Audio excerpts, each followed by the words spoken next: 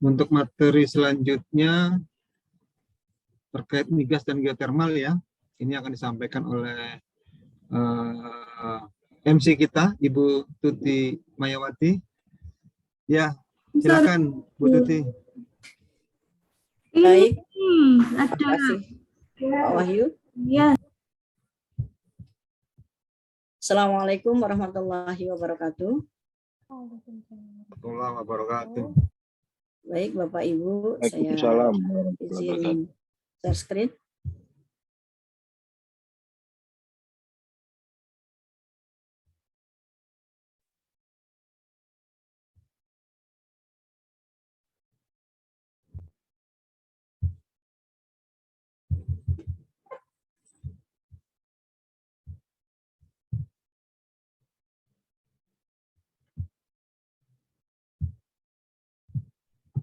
Sudah terlihat Bapak Ibu?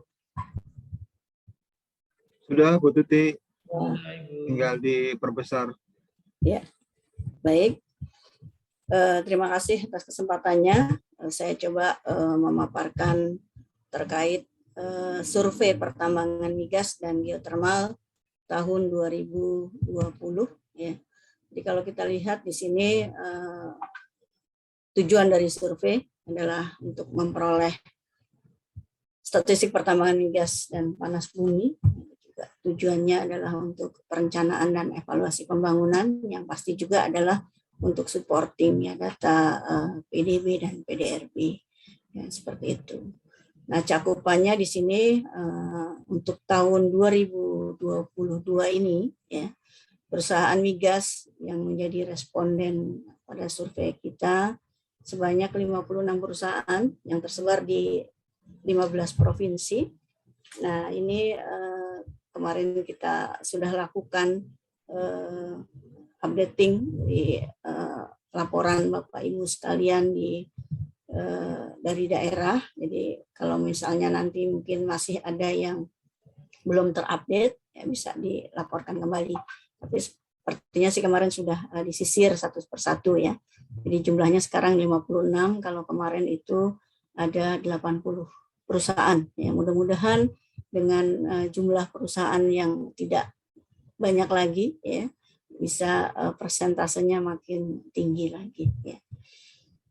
Terus yang selanjutnya untuk saya sekalian saja ya dengan jadi nanti saya gabung antara survei migas dan geotermalnya. Nah, untuk perusahaan geotermal pada survei tahun 2022 ini sebanyak 20 perusahaan, ini tersebar di 8 provinsi seperti yang tadi Pak Wahyu sampaikan. Pak Wahyu melakukan kunjungan ke perusahaan geotermal dan kemudian dapat tempat-tempat penambangan geotermal yang lain, dan kita coba masukkan ke sasaran survei kita tahun ini, dan mungkin nanti minta bantuan Bapak Ibu sekalian di lapangan. Jadi ada tambahan 3 provinsi yang ada perusahaan geotermalnya, yaitu Sumatera Selatan, Jawa Tengah, dan NTT. Ya. Tambahan provinsi yang ada geotermal dibanding dengan tahun kemarin. Nah, ada beberapa perubahan, mungkin saya akan hanya menekankan sedikit perubahan kuesioner, ya, yaitu di rincian di blok 1, rincian 103 untuk kuesioner migas, itu kita minta diisikan terkait tentang informasi pemegang saham asing ya. Jadi di tahun 2021 kalau nanti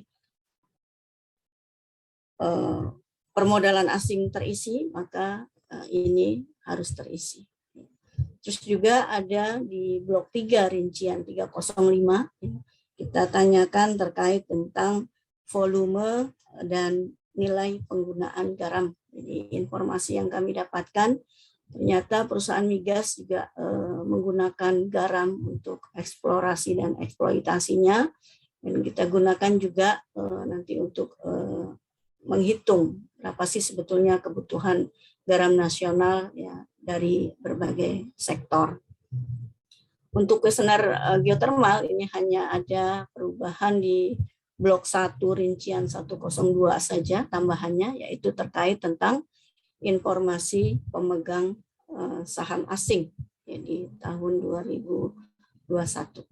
Sekarang kita masuk ke kuesioner. Ya, secara garis besar tidak ada perubahan yang signifikan ya untuk cara pengisian dan lain-lain sebagainya. Insya Allah Bapak Ibu sekalian sudah terbiasa dengan kuesioner migas karena memang sudah kita lakukan setiap tahun ya, pengisian keterangan perusahaan, lokasi tempat dan sebagainya. Nah, garis bawahi mungkin di sini pengiriman kuesioner yang sudah diisi selambat-lambatnya tanggal 1 Agustus ya, supaya tidak terlalu molor dalam pengolahannya. Dan mudah-mudahan ini menjadi perhatian untuk kita semua. Nah, ini yang di blok 1 ya, terkait dengan keterangan umum perusahaan, rincian 101, 102 tidak ada perubahan. Ini diminta bentuk kerjasama, ada pilihannya di sini, diisi salah satu seperti biasa. Terus juga persentase dari permodalan perusahaan tersebut. Nah, ini tambahannya di rincian 103 pada saat yang D terisi, persentase permodalan asing terisi, ya, maka rincian 103 ini ditanyakan terkait informasi pemegang saham asing tahun 2021. Diisikan nama perusahaannya, negaranya, dan kepemilikan sahamnya berapa persen. Itu yang ingin kita catat. Kalau ada beberapa, ini kita siapkan 5 perusahaan yang mungkin berkontribusi dalam permodalan asing di suatu perusahaan migas tersebut, maka isikan semuanya. Diurutkan dari yang terbesar persentasenya sampai ke yang terkecil, seperti itu.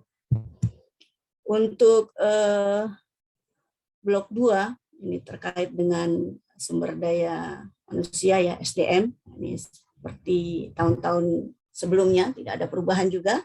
Tanyakan pekerja laki-laki dan perempuan. Juga kita tanyakan terkait pekerja yang dirinci menurut pendidikan.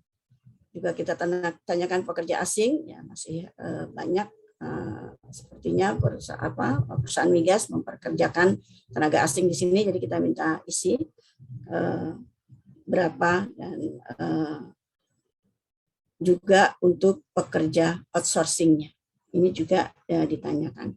Nah, untuk konsep definisi pekerja sama tadi seperti yang di penggalian, mungkin juga di survei-survei PE yang lain, tapi di sini juga seperti biasa ya, ada penjelasan yang di bawahnya ya terkait dengan keterangan pekerja. Nah, untuk blok 3 ini terkait dengan pengeluaran tahun 2021 ya.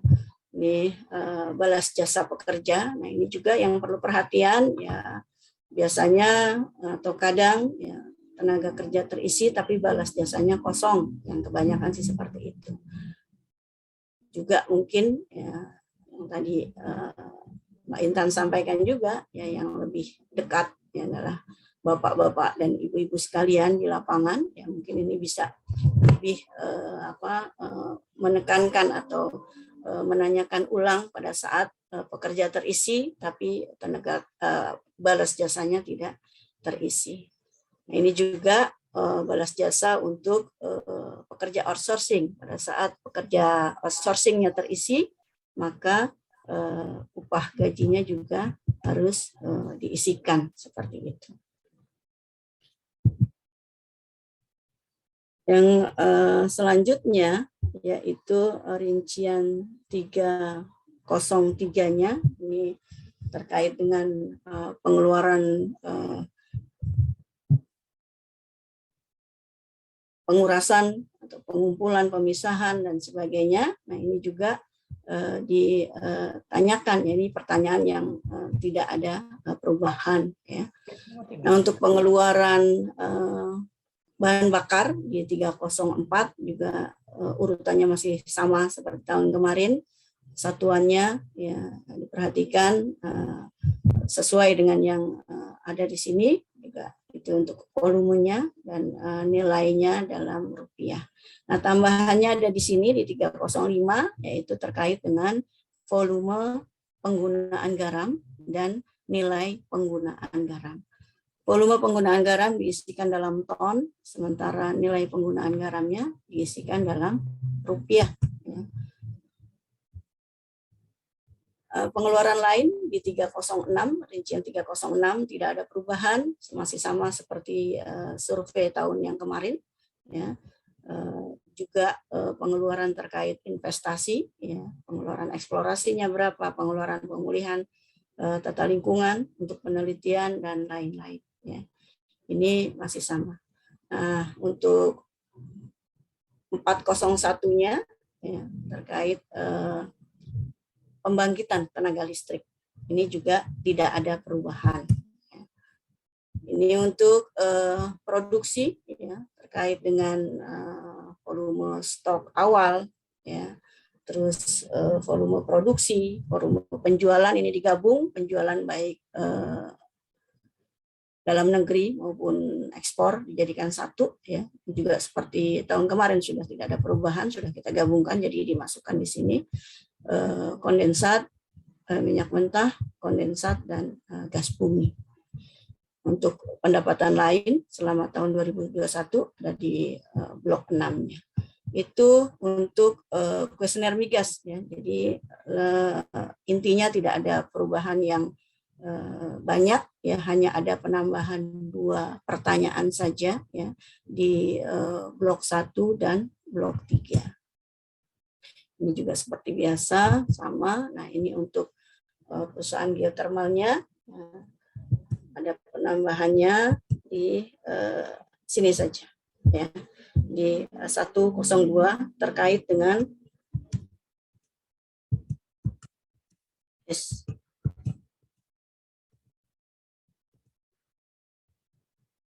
terkait dengan permodalan asing.